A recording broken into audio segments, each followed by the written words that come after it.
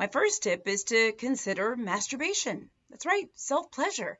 A lot of people wonder, is masturbation okay? Like, is it all right for me to do this? The answer is yes. It's actually quite healthy. And it's one thing amongst many others we're going to talk about today that can really help sort of give you overall a very satisfying sex life. So don't overlook self-pleasure in masturbation because honestly, it can be quite wonderful, not only for men, but for women as well. Number two, lubricants. Okay, we're talking about, by the way, 9 ways to have better sex in menopause. Lubrication and lubricants. Because why do I say that?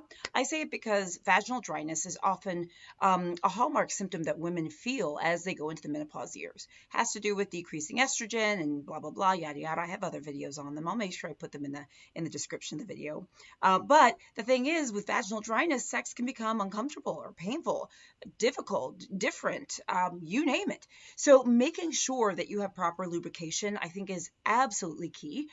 There are over-the-counter lubricants that you can get. If you're not really sure or you have questions or concerns, talk to your doctor. In fact, I think it's always a good idea to bring up to your doctor no matter what, okay? So lubrication, number two.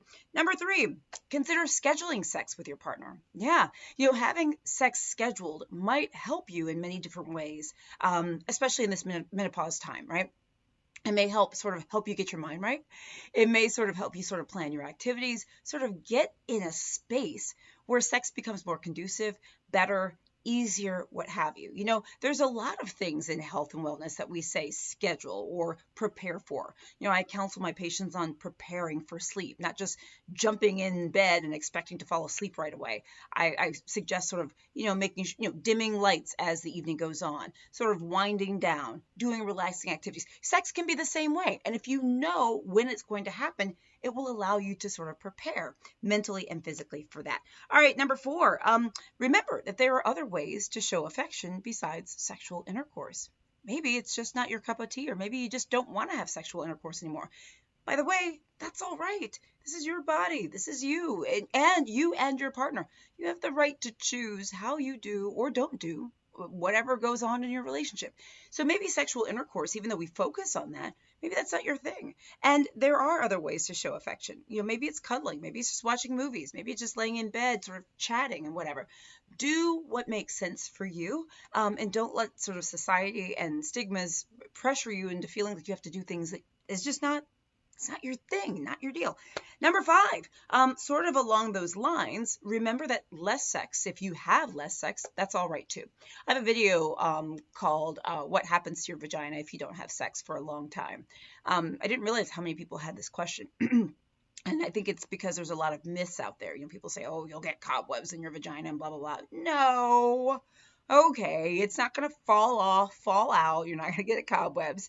And check out that video, by the way, if you have a moment. But the point here is that it's okay to have less sex if that's something that makes sense for you. Okay, let's normalize what's right for us. Okay, number six, let's now go back to sexual intercourse. Okay, and talk about ways to sort of enhance the experience of sexual intercourse during menopause. So, in terms of helping with vaginal secretions and making sure that you're in the mood and that you're sort of in this conducive place to having sexual intercourse, consider having more foreplay.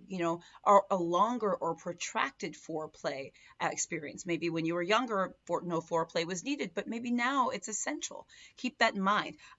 Consider sex toys. Okay, we haven't talked about that, but sex toys can be really great for a relationship. Okay, whether you're in menopause or not, consider enhancing the romance if that's what's going to help you with your sexual experience. And I talk about this in another video I do. I have another video on how sex changes during menopause.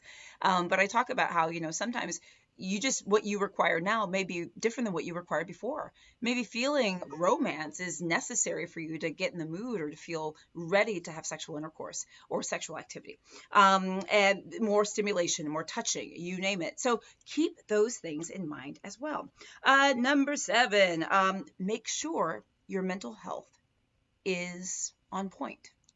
What do I mean by that? If we're not feeling good inside, sorry, my nose is dripping. I think it's like allergies. My allergies have been really bad this year, but I digress. If our mental health, if we're not feeling the best that we can in terms of our mind, it can be hard to have sex no matter whether it's during menopause or not. okay? Depression, anxiety, mood fluctuations, etc., make sometimes, and for some people, intimacy just tough, no matter when it is in our lives. So if you're feeling like you're struggling with intimacy during menopause or in other places or other times during your life, make sure you check in with your mental health. Make sure that you're checking in also with your relationship as well. Relationship changes can affect how we feel about wanting to have sex or sexual activities, right? So don't ignore that because it's a very real thing. Number 8, talk to your GYN about medications that may help. There are estrogen-based medications. There are others. I talked about lubricants that you can get over the counter. Look, hot flashes and other vasomotor symptoms that can come during menopause can make, honestly, everything hard in menopause, not just sexual activity. And I said this in other videos, like if you're having hot flashes that are waking you up at night and you're tired during the day because you're not sleeping well, maybe sex is not the top, maybe that's not top of your list. Maybe you're just trying to get through each day without feeling like you're gonna, overheat, okay? My point being is, if your menopausal symptoms are intrusive and troublesome, talk to your GYN because there are medications that might be right for you, okay? They're not right for everybody, but they might be right for you. And before I give you my last and final one, by the way, I haven't asked you guys to write in the comments, but I'd love you to write in the comments about your experience. What has helped you make intimacy better during menopause? I ask you to do this because oftentimes what you say and what you write helps other people who are watching this video and these videos, okay? So I want you all to share what's helped you in your relationship, what's helped you sexually and intimacy-wise during menopause. Okay, so did that little spiel. Let me tell you number 9. Number 9 is really important. It may seem like what's she talking about? Why would she say that? Okay, so in menopause, an awesome thing that you don't have to worry about is pregnancy, right? And for many people, that is quite freeing, let me tell you. But something that you do still need to worry about are STDs. Sexually transmitted diseases, sexually transmitted infections are something that exist at any age. And in fact, in many different age groups, not just younger age groups as people get older, in many cases, we're actually seeing lots of STDs. As people get older, depending on the population, etc. What I'm trying to say is that it is a concern and something you need to be mindful of, okay? So you need to be just as safe now as you were maybe in the past. You need to get checked for STDs. You need to use protection, okay? Say if you're not with your life partner and, your spouse or whatever, okay? Please keep these things in mind. Now, how does this have you how does this allow you to have great sex in menopause? It allows you to be free. It allows you to know that you're going into sexual activity with safety. It allows you to be comfortable and confident in that way with not only you, but your partner. And that peace of mind is golden. A lot of you in my past videos about this have written that one of the freeing things about menopause, or rather not menopause, but as you've gotten older and having less sex, so many women have written that they are fine having less sex as they get older because they don't need to worry about diseases. And I can kind of understand that. Diseases do exist. And so what I want to just remind you is there is a way to be sexually active despite the diseases that are out there. You want to be safe. You want to use barrier protection, condoms. You want to get tested, have your partner get tested. You want to have open and honest conversations. You want to trust your gut. You want to do so many things. Talk to your doctor.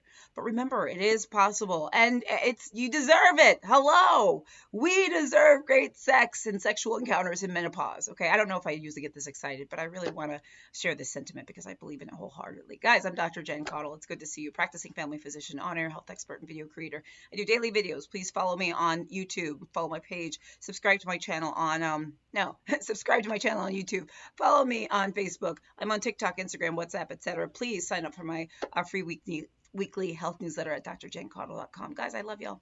Bye.